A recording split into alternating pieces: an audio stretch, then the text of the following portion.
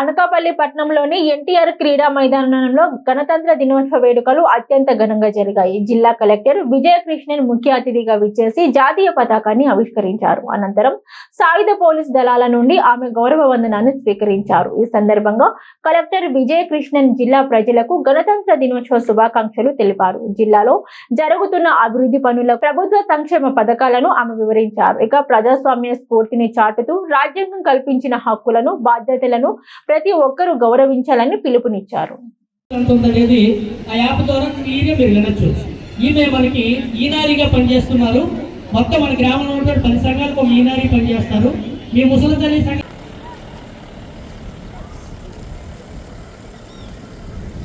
Republic Day is a reminder of a journey of brilliant minds like Ambedkar, Patel. కూలీ చేతిలో సాధనమై జీవన నైపుణ్యంగా మలిచే మంత్రంగా మారింది. ఇది ఇక అనకాపల్లి జిల్లా సాదర స్వాగతంతో ఆహ్వానిస్తున్నాం. అలాగే శ్రీ వేదిక మీదకి సాదర sacrifices of countless freedom fighters dreamed of independent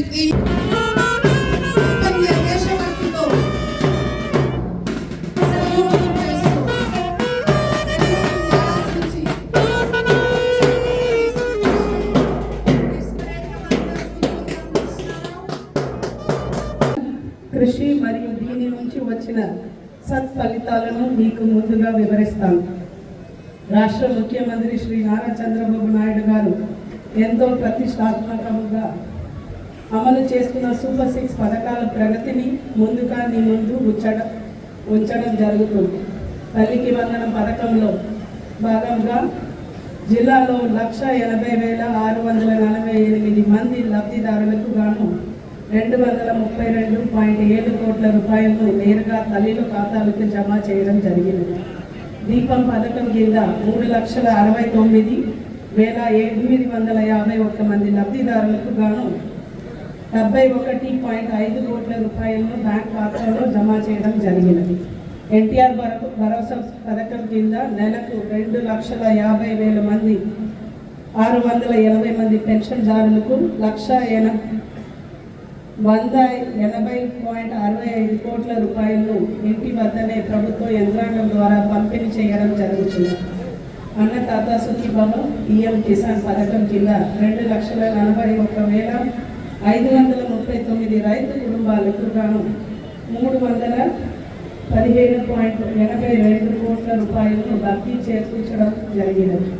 స్త్రీ శక్తి ఉచిత ప్రయాణాల భాగంగా మన జిల్లాలో ఇప్పటి వరకు 79,50,081 మంది మహిళలు ఉచితంగా ప్రయాణించడం జరిగినది.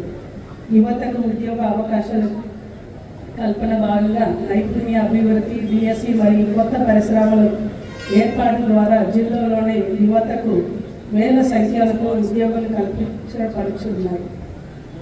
జిల్లాలో వివిధ శాఖల ప్రగతి వ్యవసాయ శాఖ 2025-26 సంవత్సరంలో 22,727 క్వింటాలు నాణ్యమైన విత్తనాలు 3.03 కోట్ల రాయితీతో 51,343 మంది రైతులు మరియు